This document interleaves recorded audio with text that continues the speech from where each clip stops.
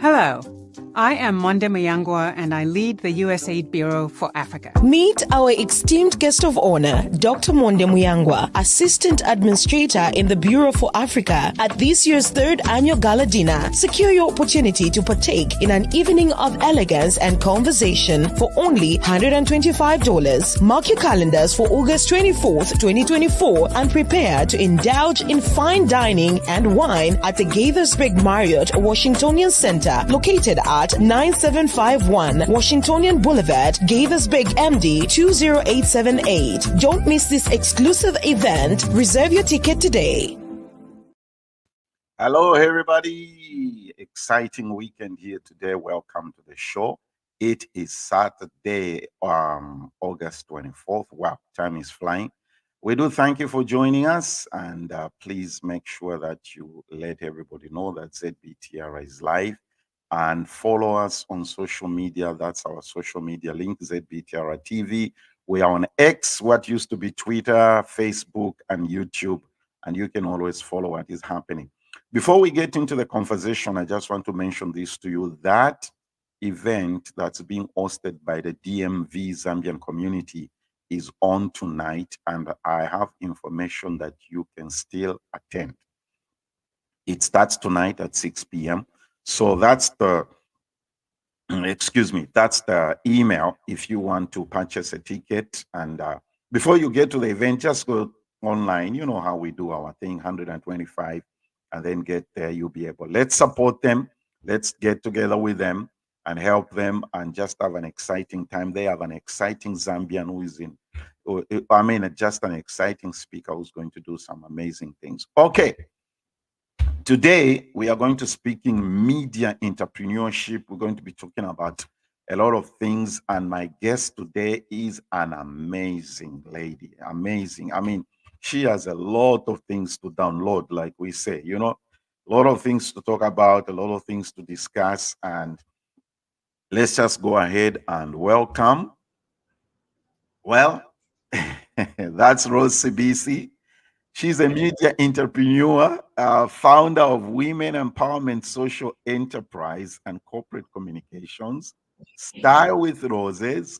She is the first Zambian female CEO of a private SADC TV station or broadcasting, and transitioned to owning her own licensed broadcasting in Zambia. I believe it's called Maluba TV.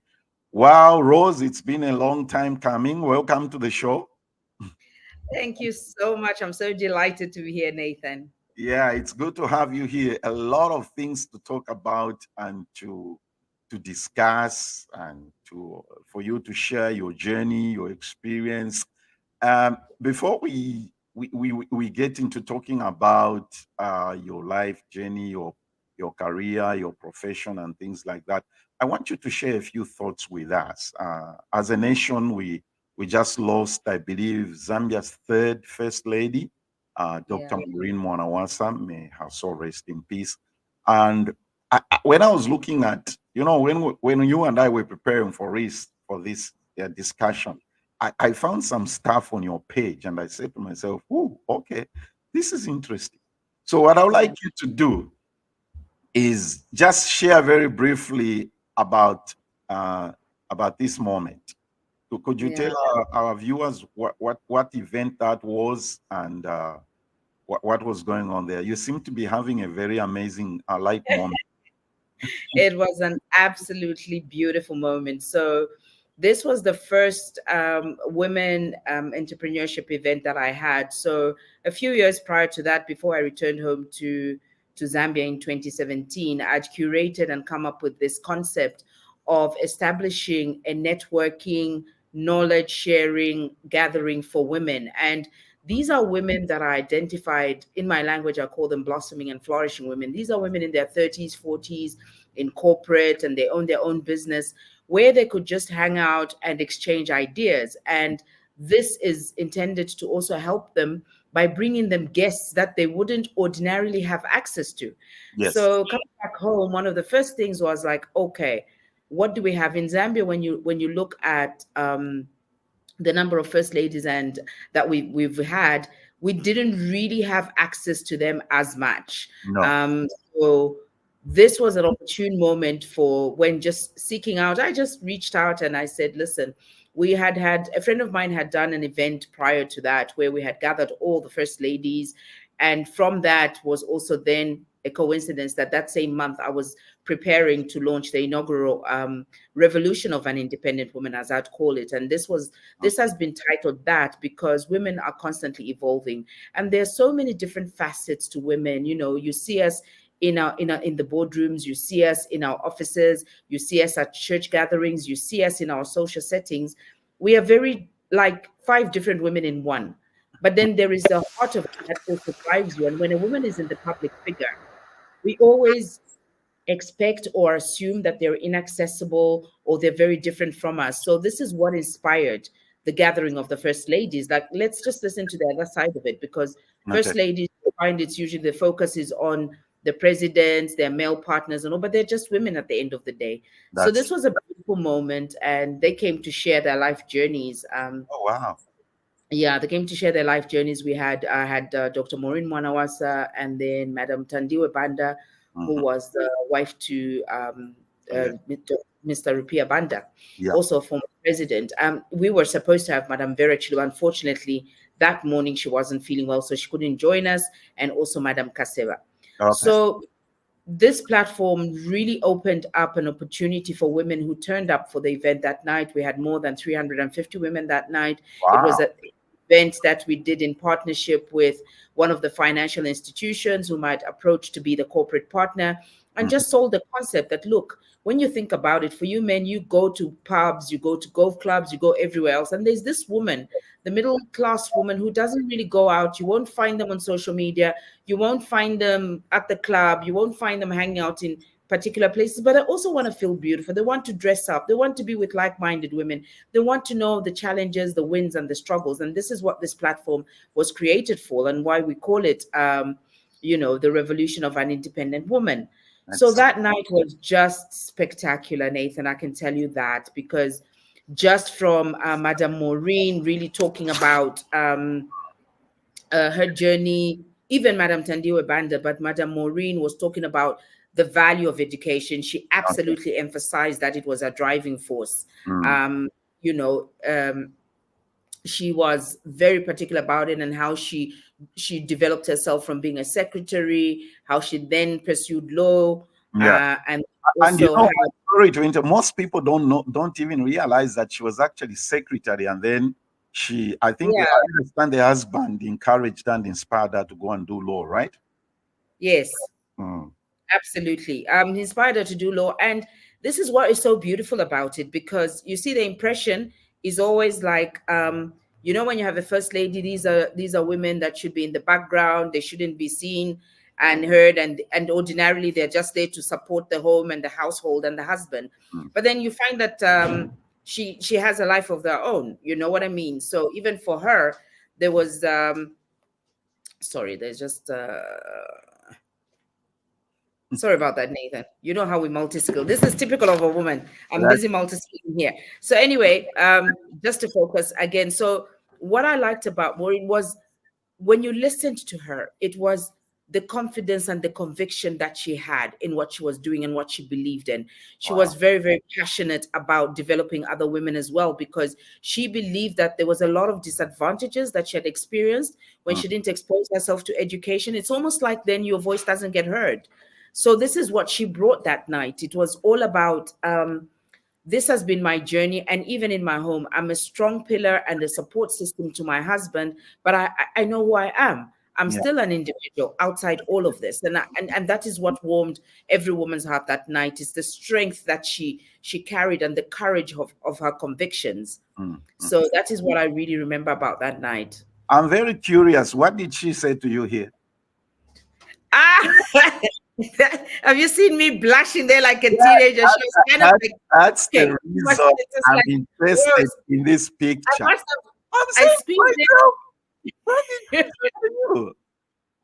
She was like, listen, she caught me out. I think she asked me a question and I was like, hey, I'm the one doing the interview here. I'm the one doing the question. Was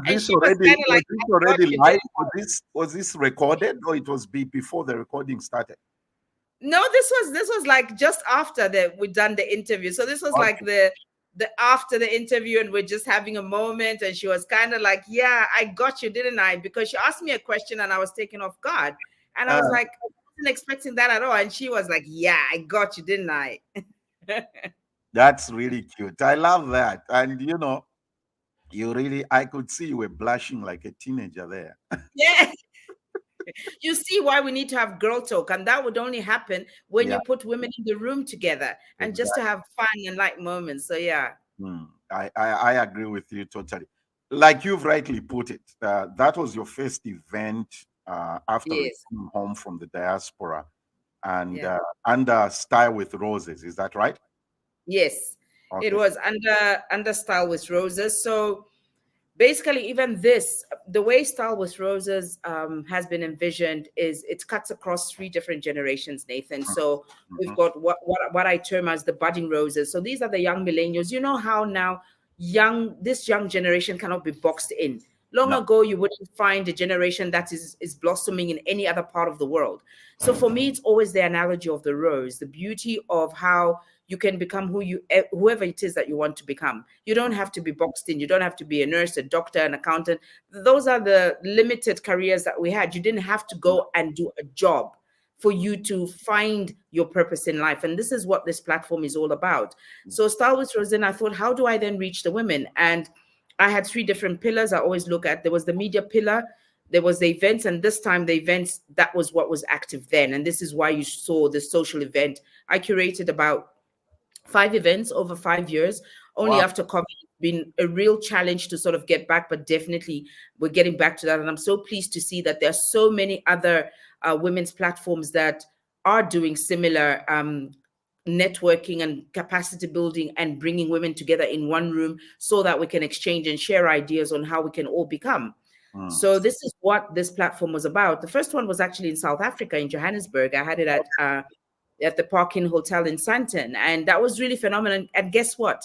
It always attracted Zambian ladies. I remember the very first event, I had the then High Commissioner's wife attend. I had Mizinga Melu, who was still in South Africa at that particular time. She was also a guest at that event. I had Madame Tintankombo. So there was a very prominent appearance of Zambian women who are inspirational and who are looked up to. And that's the most important thing. You've got to be able to share what it is that you've learned along the way. And that's what this platform was all about. And that's what it's all about. It's about bringing out the value of a woman. I'm all about how do you allow women to blossom and to flourish in the fullness of their worth? Because no matter what you go through as a woman, your value never diminishes. And I'm going to take you back to our opening reference where we honor the late Dr. Maureen Mwanawasa. Yes. I mean, when you look at the tributes, I mean, her whole funeral took a whole day for people just remembering how she had impacted the different lives. Wow. I remember that my other encounter and how I also know her was she was the patron of the Cancer Society of Zambia. And we encountered her in a different organization that I'm also a part of, which is the International Women's Club. So now this is the value of a woman. There have been challenges, obviously, when first ladies or former presidents leave office. They are some encounters that you will have that are not so pleasant. And then people will bring that up. You know how people, keep receipts. But what is important is how you live your life and how your value will never diminish, even if it's $100 bill, when you crumple it up and you throw it. And for me, that's a rose. The rose is still the most valuable flower in the world, no matter what you say. Yeah. It expresses so many different emotions. And that's why I always use that analogy. And the beauty of a woman, to me, just encompasses the rose, not just my name, but what it stands for. Tell us about your transition from the diaspora. How did you navigate your way into the media industry in Zambia? First of all, have I navigated? I am still navigating, Nathan. Like, I am still like, oh my God, what am I doing? Where am I going? I don't know if I'm coming or going. It is just so hard. I'm just going to be so. Some of us are looking at you like, oh, she's made it. And can we hear from her how she did it? Please show me how I've made it, because I'm kind of feeling like I'm always beginning. Seriously, it's a never-ending journey. It's like the way they talk about success. I wouldn't even call myself successful. And I get really humbled and honored when I'm viewed or looked upon that just being invited to platforms such as yours to talk about my story.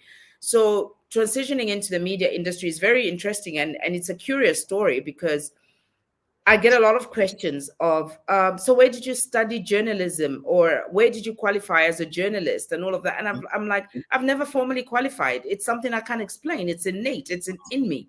And I'll tell you something, Nathan. Do you know that after school, that's exactly what I wanted to study? I wanted to become a journalist. Yeah, but I couldn't become one because straight after school, unfortunately, fortunately, nothing is ever an accident. But anyway, I made a decision that I had to take responsibility for. I got pregnant in my final year at school, just after I left school. So when I'm supposed to have been enrolled, my mother actually, drummed up all her resources, paid for me at Mindolo Economical Foundation for me to go and study journalism. But I couldn't go because by then I was carrying my first son. So I took a step back and I didn't formally study, and I haven't. This is something that I just see as a gift, and nothing stops me and has stopped me from formalizing it, which I've done over the years, affiliating myself to media entities, formalizing some of the professional courses, and it's an ongoing journey. So coming home, I didn't even come home to set up a media enterprise. In fact, when I came, Style with Roses was more focused on the event side. And what I did in coming up into media was when I established the TV talk show. I had this idea, said, okay, when I look at my strengths, what is it that I'm good at? I find that women find it very comfortable to speak to me. I have fun, I'm curious, very melomonious in our language. You call it a very snoopy, and really wanting to know detail about people, but make it so comfortable that they don't feel like they're sharing their lives with you, but they are. So what do I do with that, Nathan? So we set up Style with Roses TV talk show, where I then started interviewing women. It was so hard. I started coming home, like I'd spent a month here. I identified a local production company that was willing to take the risk with me. I had this whole concept all planned out on what I wanted it to be about and all. And when they looked at it, said, hey, we've been looking to put something like this together. Oh, wow. We went to and fro. We never got it perfect. I think we had so many rejections. We had so many failures. We had tried in Zambia. When you try and set up TV and production content, the first thing you think of is DSTV. It's wanting to be on Zambezi Magic and all. And we broke through in about 2014, 2017. The first call came, and we only had 8 episodes then. Wow. Like, hey, Rose, you still have those shows that you recorded? Yeah, I did have them. And we spent so much money. Everything, Nathan, to this point has really been self-funded. So it's finding that why that you feel that you can invest in. So that's kind of just been my choice. Started bootstrapping, putting my own personal resources. From hosting events, I discovered as well, like with my gift, I am able to comfortably speak in public. I'm a good public speaker. I'm an MC. I'm a program director, and that's my quick cash cow. What do I do with this? So from those quick events and all, I started then investing on the TV platform. And that's how we established the studio, and then formally started applying to funding organizations like the Tony Elumelu Foundation, that then took a step in 2019 and gave us the first seed capital for me then to establish offices and then do production with Roses.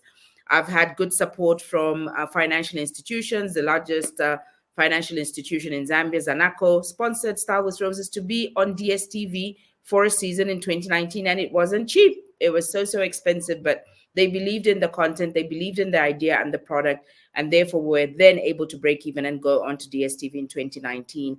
We did 2 seasons there. Then COVID hit. Obviously, now we couldn't get together and do production, so we then used that opportunity to then air a diaspora series, actually, online. So that was the first, and it was sponsored by Stanbic Zambia, just post-COVID. That's where Maluwa TV was born. So Maluwa TV is interesting, as you did the introduction.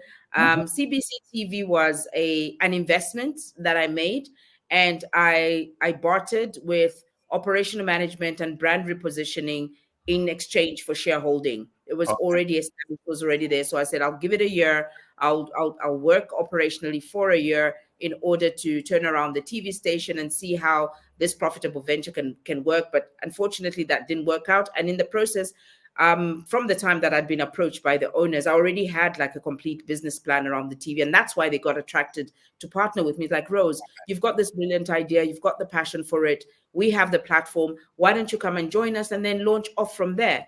So when CBC TV didn't work out, my husband just said to me, and I remember very well, it was September 2021, says, Rose, why don't you just go ahead and apply for the license for yourself, just as you've wanted to? And that's when exactly.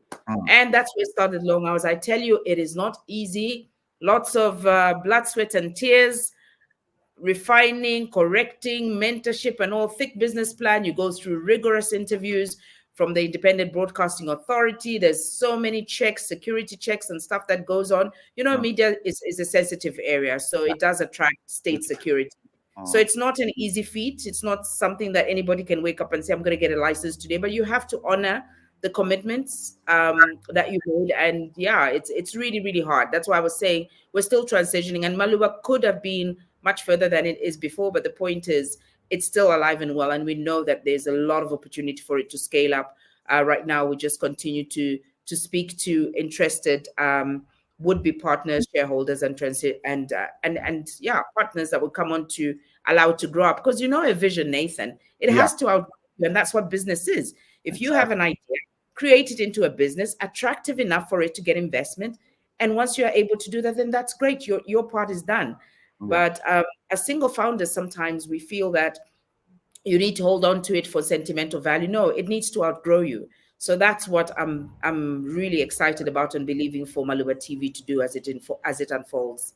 You see, in your talk, you've opened up and been transparent about your transition from, let's say, high school and what you went through with a pregnancy. Yeah, it's amazing that you talk about that, because there's a young lady watching who has gone through something in life. And most of the time what happens is that when we stumble, we think that's the end of the world. You know, I'm glad you reference to that. Rose, you are, on your profile, it says media entrepreneur. And you know, these terminologies, the way I was just thinking to myself, what's media entrepreneurship? Share with us what media entrepreneurship entails, because if you say entrepreneur in other sectors of life, you know what I'm saying, you know, start a small thing and start selling stuff. So what is media entrepreneurship? So media entrepreneurship is, as you know, you're starting your own business, managing it, scaling it up, creating jobs, allowing yourself to be financially independent, making an impact and a contribution to national economies, communities, and industry. That's what an entrepreneur does. So media entrepreneur is that my focus is specifically in the media space. I would like to be a business person in this industry. A big misconception that a lot of people have, and I'm glad you've asked this question, is they believe that if you're going to be creating content, producing content, or hosting content the way I do, or if you're going to own a TV station or run a TV station, you need to have a journalistic background. You need to come from that background. You need to have started from there for you to qualify. That's not it. We have changed the narrative, and I'm actually a member of the Media Owners Association of Zambia.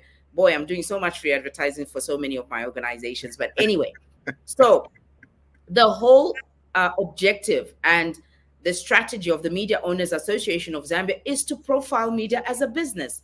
Yes. Where you are, Nathan, I mean, look at what Tyler Perry has done. Look at what Oprah Winfrey has done. Oprah Winfrey is not just a TV talk show host. Harpo Studios, how many other businesses has she established just from being in the media space? So she's in the media space and she's created other businesses from encounters of people that she has mentored, people that she has sponsored, people that she has hosted. Even her friend, Gail King, is now in the media industry and running radio. That is what a media entrepreneur is. You look at Mo Abudu. These are my two biggest role models. Like you look at Mo Abudu from the business perspective. Let me be specific. So even Mo Abudu, look at what she did. She started off that way. She started a TV talk show on DSTV channel, then managed to buy her own channel. She started with Ebony Life and she's built it. Now she's one of the most celebrated African media moguls that we have. That is a media entrepreneur because she's in the media business. She's producing content. She's creating jobs. She's impacting communities. She's highlighting the value of what her country has to the world. That's what a media entrepreneur does. Wow. Okay. Media business, like you have highlighted, or the media industry is not an arena which anyone can just jump into. Okay. No. You've explained what media entrepreneurship. So what's your advice to those considering media entrepreneurship? First of all, how do you fit into it? Start from yourself. What strengths do you have? Why do you want to do it? My thing, even when I'm giving talks or mentoring, whatever, the first thing is, what is your why? Yes, we know business is about making money, and maybe that's why some of us, our journeys are slower than others, because I really believe my value is in building the relationships first, building the credibility first, because there's always credibility before visibility. Exactly. Why is it that you want to be in the media space? So you'll find that most people will want to be for it because maybe they like being in the limelight. They want to be the front runner. They want to self-promote. It could be many other reasons. But the bottom line is, if you're going to go into media as a business, then you have to understand that you have a responsibility to bring on others and develop a voice for your own community, your industry, and your nation, because you would be the voice. And right now, yes, the jury is out there, because with media now, and this is the best time to actually do that comparison. Right now, we're in the digital era, and you have a lot of people. Why should I pay for a TV license? Which, by the way, we've got annual subscriptions. We pay annual subscriptions to the Independent Broadcasting Authority. Every month, we pay carriage fees to our signal carrier. You're paying for content that you're putting on your. So there's a lot of expenses that go into running a media empire. So now you find a lot of people who just go on Facebook or social media platforms and say, oh, I'm running TV, I'm running radio, I'm running all of that, which is great, but you don't have the same overheads, expenses, or capacity of building others as you would have if you had a formalized business. And also, why do we have to then wait for breaking news? Because much as media is open and is free speech and all of these things, there's still a place for traditional media to have a very respectful and transparent and accountable voice when it comes to how you translate news, how you give out information, how you profile any content that is related to the business that you're running as a media platform. Amazing, amazing. We are discussing media entrepreneurship and empowering women here. Let's take a break, and when we come back, we'll continue our conversation. Hello, I am Monde Mayangwa, and I lead the USAID Bureau for Africa. Meet our esteemed guest of honor, Dr. Monde Mayangwa, Assistant Administrator in the Bureau for Africa, at this year's third annual gala dinner. Secure your opportunity to partake in an evening of elegance and conversation for only $125. Mark your calendars for August 24th, 2024, and prepare to indulge in fine dining and wine at the Gaithersburg Marriott Washingtonian Center, located at 9751 Washingtonian Boulevard, Gaithersburg, MD 20878. Don't miss this exclusive event. Reserve your ticket today. Listen, those of you watching in the DMV area, that you can still attend this event. It's this evening at 6 p.m. That's the email address for Zelle for you to send your payment. And we want to encourage you to support and join the community in the DMV area. My guest today is Rose Sibisi. She's the founder of Star with Roses and chair for MTN Zambia Foundation. She's also media entrepreneur, like we have said. Rose, you're involved with youth and women, a huge space to do stuff, a lot of stuff going on there. What sort of projects are you doing with this in this area? Okay, so I'll speak at it from both sides. So in terms of Style with Roses, the work that we're doing in that area now relates again to the TV talk show, where I bring on different women from different walks of life, especially those that are in business, entrepreneurs, and those that are in their professional careers, in order for them to speak to younger youth or younger generation, to inspire them and call them to action in exactly what we're talking about. How can you fully become? Because now they're looking up to an older generation and wanting to be like Auntie Rose and wanting to, but what journey have I traveled? There are other aspects that you need. You need soft skills, you need technical skills, you need professional skills. How can we pass on that knowledge? So from the Style with Roses perspective, what makes Style with Roses very unique as a TV platform and as a TV talk show, Nathan, is that I've got this particular segment called Pass the Rose, where I call to action the guests that I have and ask them to pass on the rose or the mantle to the youth, in calling them to action and saying, listen, it's okay for you to be different. It's okay for you to be in the creative industry. You can actually turn your idea into a bankable business project. So this for us then leads to job creation. So that's what we're doing with Style with Roses. That's the heart of it. Okay. Platform that then speaks to the younger generation and allows them access to content, personalities, profiles that they can then speak to. And even Maluba TV. Maluba TV is the first 24-hour women empowerment focused channel, as well as climate action. So you know how every TV station has an identity. If you want to listen to state news, government, you go to ZNBC. Pop and entertainment, there's a channel for that. Community news, there's a channel for that. So Maluba TV, you want to know about women empowerment, you want to know about women, go to Maluba TV. And that's what it stands for. So that's the Style with Roses and Maluba angle. From my own capacity, and then now moving into being the chair of the MTN Zambia Foundation, I am privileged to have been appointed in 2021 as the chair for the MTN Foundation, which was newly launched then. And at that particular time, it was focused on 4 different pillars: education, health, women and youth, as well as national priorities. So under national priorities, we've got issues around climate change. And one of our flagship programs is Keep Zambia Clean campaign.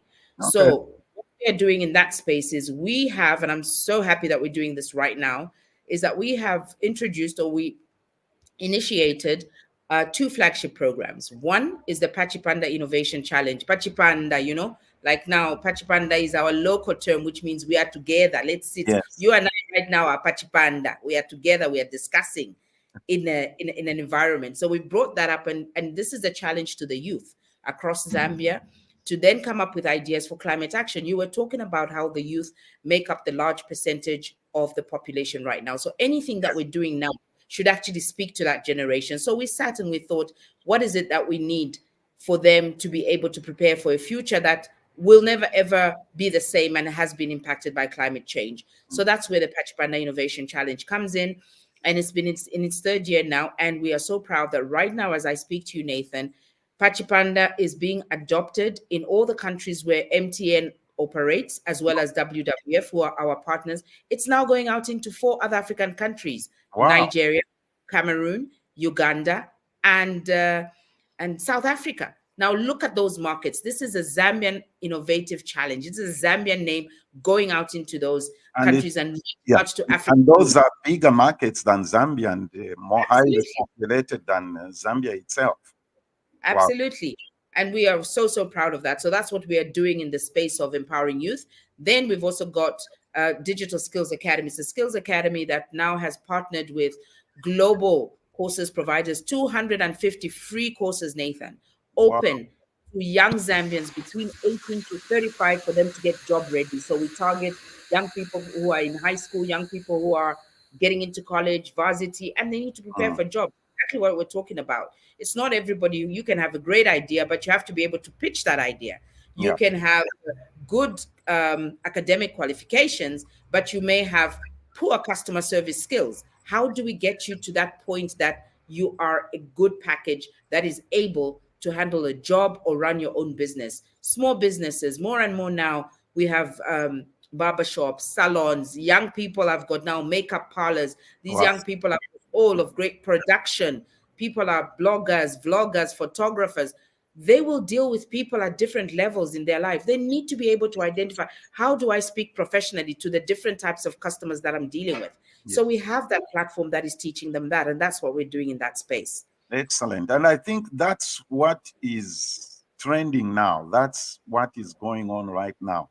Like you said at the beginning of this conversation, this thing of engineer, with all due respect, Mike, you know, the traditional professions, the world has evolved now. People are pursuing things that they are passionate about. A lot of people may not know that you are a professional MC. Yes.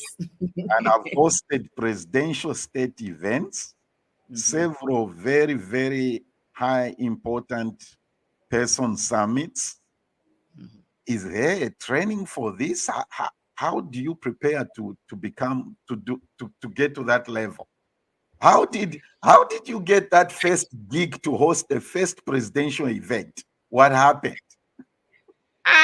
Do I even remember what you did? Wow, what a loaded question. Training, getting there. I actually started hosting master classes about a year or so ago because, yes, again, you have a lot of young, especially young women. You know, there's not a lot of women in this space.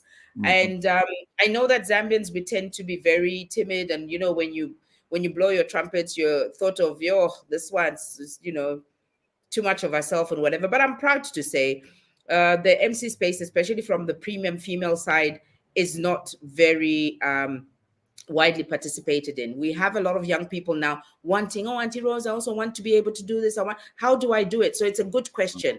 Again, it's something that I believe is two-pronged.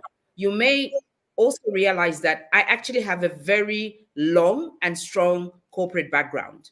I was working in the corporate space for more than 20 years. My specialty is customer service management, which involved a lot of public speaking. It involved a lot of training. It involved a lot of stakeholder engagement. So those are some of the technical skills that you need. You need to be able to speak to people from different walks of life, especially high level type of profile. You have to be able to have good command of English, maybe. Communication skills, very important. Verbal and non-verbal communication, very, very key. You have to be able to understand different cultures and how they respond. So you'll notice that even when you look at some of the events that I do, and they are specific, I don't do every event. I don't do personal events. I don't do, if I do a personal event, then it's somebody that's personally known to me. So it's also very, very targeted because, again, I did study international relations and protocol management. So those are some of the studies you take. I did a Chartered Institute of Marketing for 3 years, and I majored in strategic international relations. So that's how you kind of back up in understanding. And even back when I came back home to Zambia, there is a course that is offered by the Zambia Institute of Diplomats and International Studies called ZIDIS. So I did that in 2018, 2019. And you do learn a lot about protocols of how to address dignitaries from presidents, vice presidents, ministers, and different high-level profile governments, international visitors, guests, and all of that. But I also attribute it a lot to upbringing is also very important. And hear me well, I'm not saying everybody should go to private school or anything like that. But I also find that sometimes being exposed, having traveled quite a bit and interacted with people at all walks of life, like from the Zambian side, remember, I left Zambia, I was in South Africa for 20 years. And even with the work that I did, I got exposed to, I had a Japanese MD at some point, I had a Scottish MD at some point. I learned different cultures and and how to relate. So that has really helped me a lot. And now pick it up with that natural gift that I was talking about, the gift of gab in a positive way. Confidence is really important. High self-esteem is important. Know yourself, know your subject, and know your topic.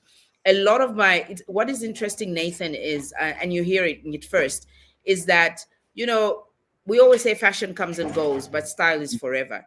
And it's the same with experience. So you'll find that Zambia is a very small market. So there is such a thing as being overexposed. So you'll find that if you have clients in the financial space, if you host or you work with a certain financial institution, you can't work with 2 or 3 others, because then they'll think, oh yeah, no, it's a branding issue. They're very competitive like that. And also, Yes. even that, you have to be very clear about how you're going to differentiate the brands that you're representing. For me, the jury is still out, because I do have male counterparts who can work with all the different financial institutions or work in other industries, and there's nothing like, oh, but he hosted this one and that one, why is he doing that? But we'll find out with the ladies, oh yeah, no, but she's very aligned to this financial oh, I have had those challenges and limitations. So again, that is why I decided, you know what, if you don't get invited to a table, create your own table.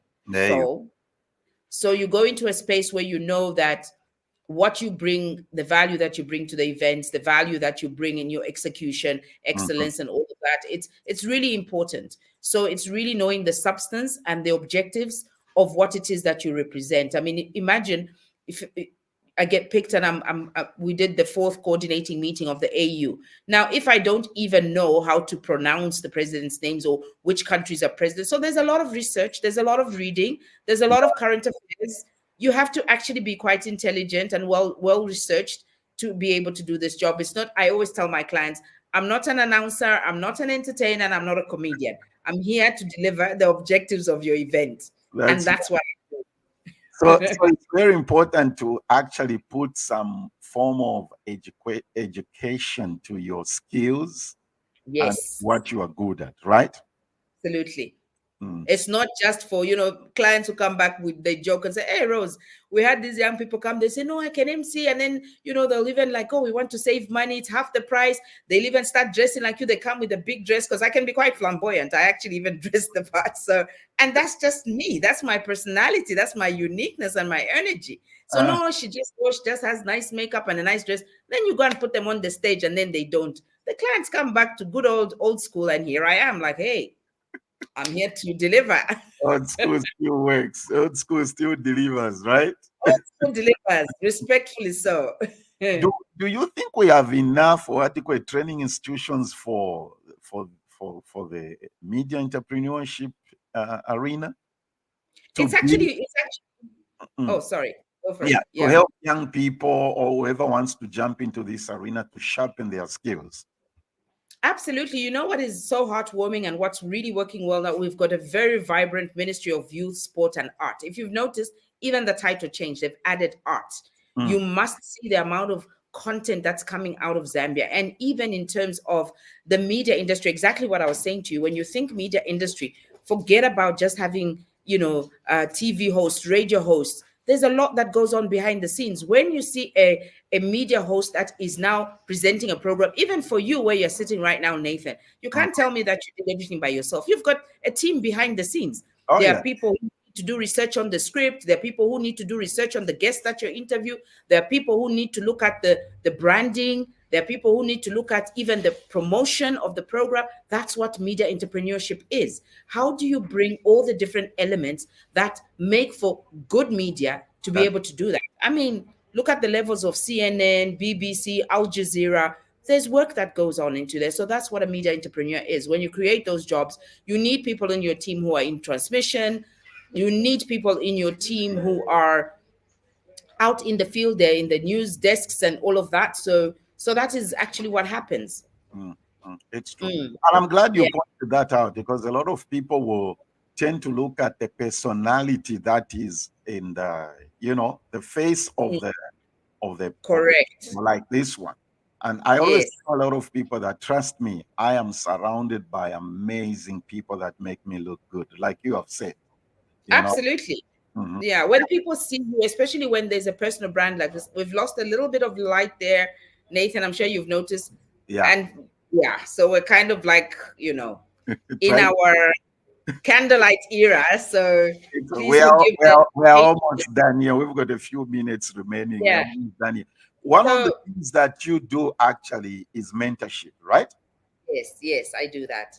You do that. So how does that work? Somewhere you have a place where you operate where people can come, or how do people reach out to you for help? Fully structured. This is why I hide behind the different titles that I have, because mentorship is a commitment, Nathan. You can do one-on-one mentorship, which is like kind of like do as I say, follow, shadow.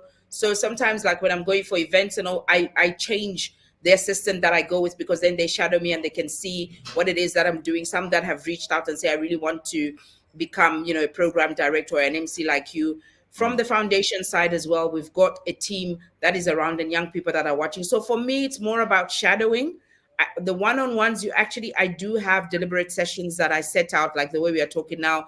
I have 2-3 hours every week where I have some that I mentor individually and have Zoom calls. Some of them I meet them face to face. It's really hard to be a mentor as well, because you can't be everything to everyone. So strategically, how I do mentorship this is why the platforms exist. This is specifically why now let me have a larger platform, share inspirational quotes, motivational notes, as well as how to navigate life in the different aspects. And I've also sort of noticed that you can't be everything to everyone, Nathan. So you'd rather harness your strengths. And obviously in the last few years, for personal reasons, that my journey personally has been impacted in the last 2 years. And so I pulled back from a lot of that. And only now is where I'm re-emerging and I'm restructuring, where I can say, okay, I'm starting my formal mentorship classes. I'm starting the master classes. There's such a demand for that. I get a lot of young people, please, can we have the master classes? Last time I did master classes for MCing and program directing and public speaking. I did that. And within 2 weeks, Nathan, I had a corporate just close out and sell out everything and said we want it closed to our team. And I had a team that I was mentoring and training for 2-3 weeks, and that was it. So that is also coming back. I just believe that it's easier for me to have an open platform of specific number of people at a given time, because I just get too stretched when I have to do it one-on-one. If somebody wants to be part of your, to enroll, whichever the terminology is, or to participate, what should they? How do they get in touch with you? Oh, so they can get in touch through the social media pages. Right now, our domain is actually being updated. So you'll find that they won't get through, but we do have info@stylewithroses.com. They can reach me there. They can reach me on all the social media platforms, but also directly. I mean, with the events that we have, this is something that is now being repositioned. So they should just look out for the announcements that are coming up on the social media pages, and then to be easier for them to know how exactly do we get hold of Rose.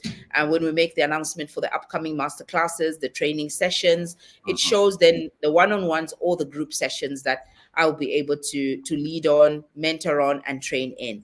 All right. Okay. Final question as we conclude. In your opinion, how has the media industry evolved with the mushrooming of, you already alluded to this or addressed this earlier, with the mushrooming of online, especially social media platforms?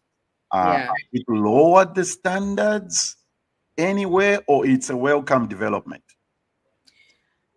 It's a very welcome development, but it's a double-edged sword.